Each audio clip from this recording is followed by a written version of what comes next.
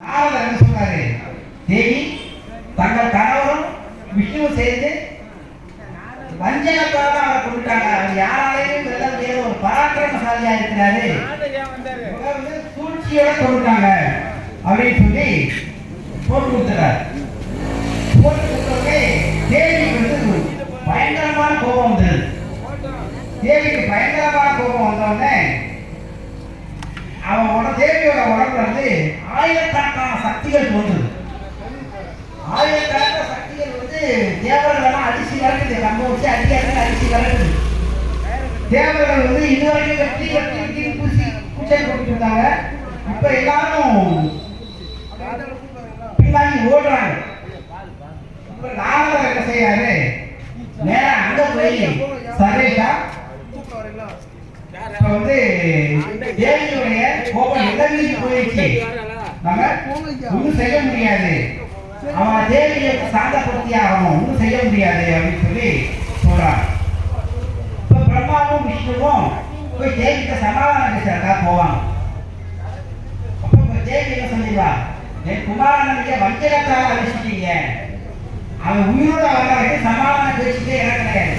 முதல்ல அவன் உயிரோட கூப்பிடுவாங்க, அதுக்கப்புறம் நம்ம பேச்சுவார்த்தை வச்சுக்கலாம். ட்ரம்ப்பும் ஈரான் மாதிரி முதல் பேச்சுவார்த்தையே கிடையாது. முதல்ல நீங்க உயிரோட கொண்டு வாங்க, அப்புறமா பேச்சுவார்த்தை வச்சுக்கலாம் அப்படின்னு சொல்லி. இப்போ பிரம்மாவும் விஷ்ணு திரும்பி வருவாங்க. சிவபெருமானே, பிரம்ம மகாதேவா, தேவியோட கோபம் குறையணும்னா அந்த பையன் திரும்பி உயிரோட வேணும். அந்த பையன் உயிரோட இல்லாத வரைக்கும் தேவியை போய் நம்மளால பேசவே முடியாது அப்படின்னு சொல்லி அப்பதான் சொல்றாரு சிவபெருமான், வேற போக வடக்க தலை வச்சிருக்கிற எந்த உயிரோ அந்த உயிரோட தலையை எடுத்துவாங்க அப்படின்னு சொல்லி. அப்ப போறப்ப ஒரு யானை இறந்து கிடக்குது. வடக்க தலை வச்ச மாதிரி இறந்து கிடக்குது. அந்த யானையுடைய தலையை கொண்டு பொருத்தி உயிர் கொடுக்குறாங்க. யானையோட தலையை பொருத்தி உயிர் கொடுத்த உடனே அந்த பையனுக்கு உயிர் வந்தது. உயிர் வந்த உடனே அப்போ ஓடி வர அந்த பையன் போற ஒரு பார்வதியோட கோபம் முற்றிலும் குறைஞ்சிருச்சு. நேரம் தன் பிள்ளைய சுற்றி கொஞ்சிறாங்க. கொஞ்சிட்டு சிவபெருமான் கூட்டிட்டு போய் இந்த பாருங்க இது என் பையன் அப்படின்னு சிவபெருமான் சொல்றாரு. இல்ல இல்ல இது நம்ம பையன் குமாரா, உன்னுடைய பராக்கிரமம் வெளிப்படவே இந்த சம்பவம் நிகழ்ந்தது அப்படின்னு சொல்லிட்டு சங்கரன் என்ன செய்யறாரு? தேவர்களெல்லாம் பார்த்து இவன் என்னுடைய பிள்ளை, இவனுடைய சக்தியை வெளிப்படுத்துறதுக்காக நான் ஆறு நாடகம் சுற்றுலா ஒரே வார்த்தையில முடிச்சிடறாரு. அவர் எப்பவுமே ஏதாவது செஞ்சுட்டு உடனே என்ன செஞ்சிடாரு? இது என்னுடைய திருவிளையாடல ஒண்ணு அப்படின்னு சொல்லிடுவார். அப்ப அவர் பெயர் வைக்கிறார், தேவர்களே, என் குமாரனாகிய கணன் இன்று முதல் என் கணங்களுக்கு தலைவன். கணகள் எல்லாருக்கும் அதிபதி இந்த பையன் தான். இப்ப அதனால்தான் கணபதி பேர். கணங்களுக்கு தலைவன் அதிபதி கணபதி. இவன் கணபதி என்ற நாமத்தோடு விளங்குவான். இவனே எல்லாருக்கும் முதல்வன். பாருங்க, ஆள்வதற்கு பின்னாடிதான் பிறக்கிறாரு. ஆனா இவன் தான் முழுமுதல் கடவுள், இவன் தான் எல்லாருக்கும் மூத்தவர் அப்படின்னு சொல்லி சொல்றாரு. அவனை வணங்குபவர்களுக்கு எந்த காரியத்துக்கு முன்னாடி கணபதியை தான் வணங்கணும். இவன் தான் முதல்வராக இருக்கிறதுனால முதல்ல எதுவாக இருந்தாலும் கணபதியை கும்பிட்டுதான் எங்கேயே கும்பிடணும் அப்படிங்கிற கணபதியைத்தான் வணங்கணும். இவரை பூஜித்து பின்னால் நம்மை பூஜித்தால் நாமே மகிழ்வோம். முதல்ல பிள்ளையாரை கும்பிட்டுதான் சிவனை கும்பிடணும், அப்பதான் எனக்கு சந்தோஷம் அப்படிங்கிற. இவரை பூஜிக்காதவர்களுக்கு காரியம் சித்தி ஆகாது. இவனை கும்பிட்டாதான் வெற்றி கிடைக்கும், இல்லாட்டி சித்தி ஆகாது அப்படின்னு சொல்லி அவருக்கு அருள் கொடுக்கிறார். குமாரா, உன்னை வணங்கும் சகலமான பெயர்களுக்கும் அவர்கள் கஷ்டங்களை நிவர்த்தி செய்து அனுக்கிரகம் செய்து வர வேண்டும். யாரு கும்பிட்டாலும் அவங்க கஷ்டங்களை நீ போக்கணும், அவர்களுக்கு அனுக்கிரகம் பண்ணணும். கணபதி கணேசன் என்ற நாமங்களோடு விக்னங்களை நிவர்த்தி செய்வதன் காரணமாக உனக்கு விக்னேஸ்வரன் பேரு அப்படிங்கிற. விக்னம் தான் நம்ம கஷ்டங்கள் பாவங்கள். பிள்ளையார் எடுத்து நம்மளுடைய பாவங்களுக்கு நிவர்த்தியாக சிவன் படைச்சார். அவரை கும்பிட்டாக்க நம்மளுடைய பாவங்கள்லாம் குறையும், எல்லா காரியமும் சித்தியாகும். அதனால சித்தி கிளம்பி அப்படின்னு சொல்லி பேர் வச்சிருக்கோம். நம்ம காரியங்கள்லாம் வெற்றியாகணும் அப்படின்னாக்க நம்ம எப்பயுமே பிள்ளையாரை கும்பிடணும். பிள்ளையார் எதுக்காக படைச்சாரு, எப்படி படைச்சாரு, அவரை கும்பிட்டா நமக்கு என்ன கிடைக்கும் அப்படின்னு சொல்லி இந்த கதையில வந்துருச்சு.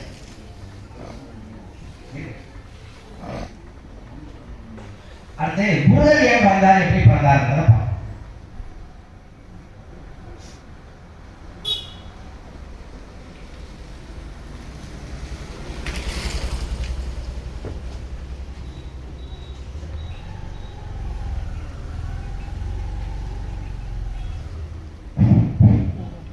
முருகர் பற்றி பார்க்குறாங்க. காசிப முனிவர் அப்படின்னு சொல்லி ஒருத்தர் இருந்தார். காசிப முனிவருக்கும் மாயை அப்படின்னு சொல்லி 2 பேருக்கும் சேர்ந்து ஒரு அசுரன் பிறந்தார். அந்த காசிப முனிவருக்கும் மாயைக்கு பிறந்த அசுரன் தான் சூரபத்மன்.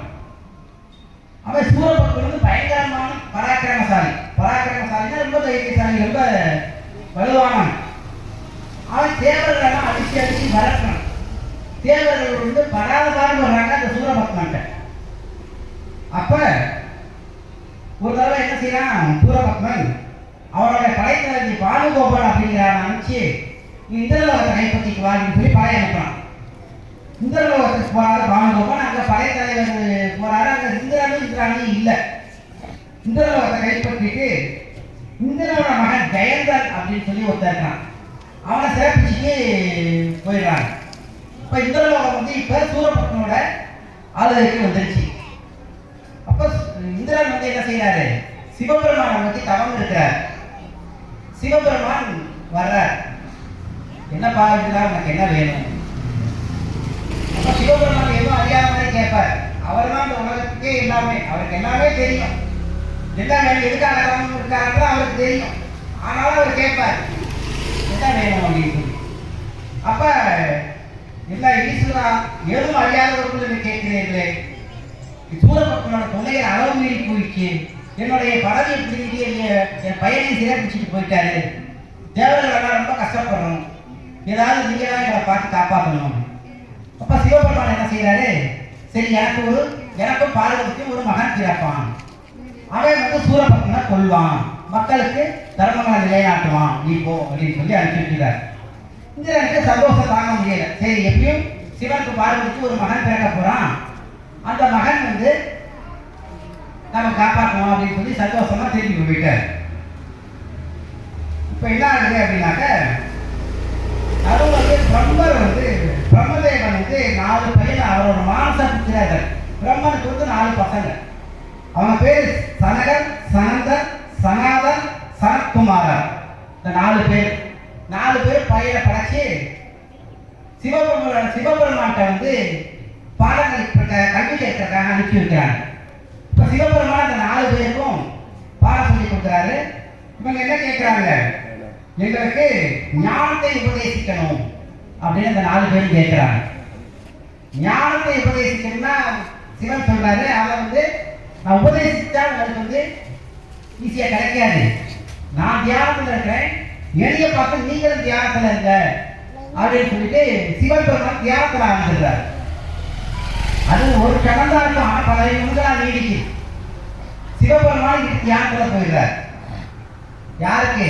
ஏற்கனவே இந்திரனுக்கு என்ன கொடுத்துருக்காரு, எனக்கு ஒரு பையன் பிறப்பான், அவன் வந்து சூரபத்மனை கொள்வான் அப்படின்னு சொல்லி வரம் கொடுத்துட்டாரு. ஆனா தியானத்துல போயிடுறாரு.